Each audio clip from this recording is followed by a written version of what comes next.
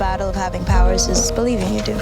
That's why covens have always been important. Girls just wanna fight. If we can do that, what else can we do?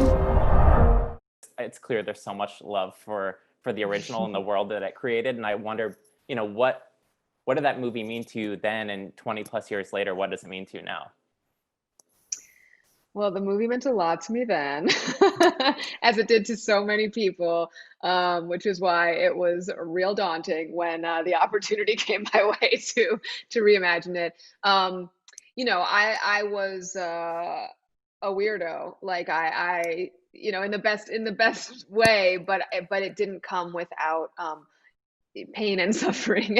And I shaved my head when I was in seventh grade, and I wore like polyester men's leisure suits that I would buy at the Salvation Army. And I was very masculine presenting, and I was misgendered often, and I was really bullied often. And I was just like in a lot of pain and felt very isolated. And when that film came out, it was like one of the first mainstream popular culture vehicles where I felt seen, and I felt like the weirdos could actually be the heroes. And so I guess what it means to me now is similar, because that little weirdo is still like raging inside of me. And she's still in pain because we are all just constantly healing our inner wounded child. I think it has the same meaning to me. I think rewatching it when I was approached to reimagine it, some things hit a little different, which was good inspiration for me in terms of what I might want to update. And the biggest element that I really did want to on a macro level was to create a story where these four young women didn't use their power against each other, but rather to uplift and uphold each other. Are you still wearing those leisure suits? Are those still around? No, but I think I should be. Yeah, especially now. Because they were amazing. They were hot, because synthetic doesn't really breathe. But I also was thinking of shaving my head. I mean, you can see Lily in the film has a pixie cut, which was definitely a nod to my younger self. We don't want to hurt him though, right? Girls just wanna. She's right.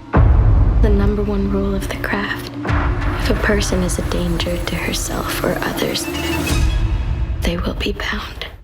Speaking of Lily, we learn at the very end that she has a very specific connection to Nancy from the first movie, which was like a total mind-blowing experience. Just amazing to see Fairuza.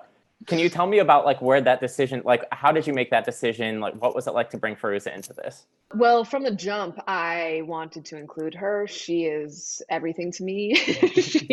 She is my supreme, and also just such a brilliant actor who I think has been woefully undervalued. So it was always my intention to incorporate her in that way. And so when the process began of actually making the ask, I was of course tripping because I'm such a fangirl. So yeah, I fully freaked out. But she turned out to just be such a lovely and gracious and generous person. And I think really believed in my vision, which was so meaningful to me because it was so important for me to get her blessing on this. And agreed to come on the journey with me. Has it been difficult to feel like you've had to keep that secret? Yeah, it's terrible. And but also I didn't want anyone to even know. My whole thing was that I wanted this to be marketed as a reboot, and then for people to realize it was a sequel in the last moment of the film, which I think is so dope. But then it's marketing. We had to put a little hint of her in the trailer.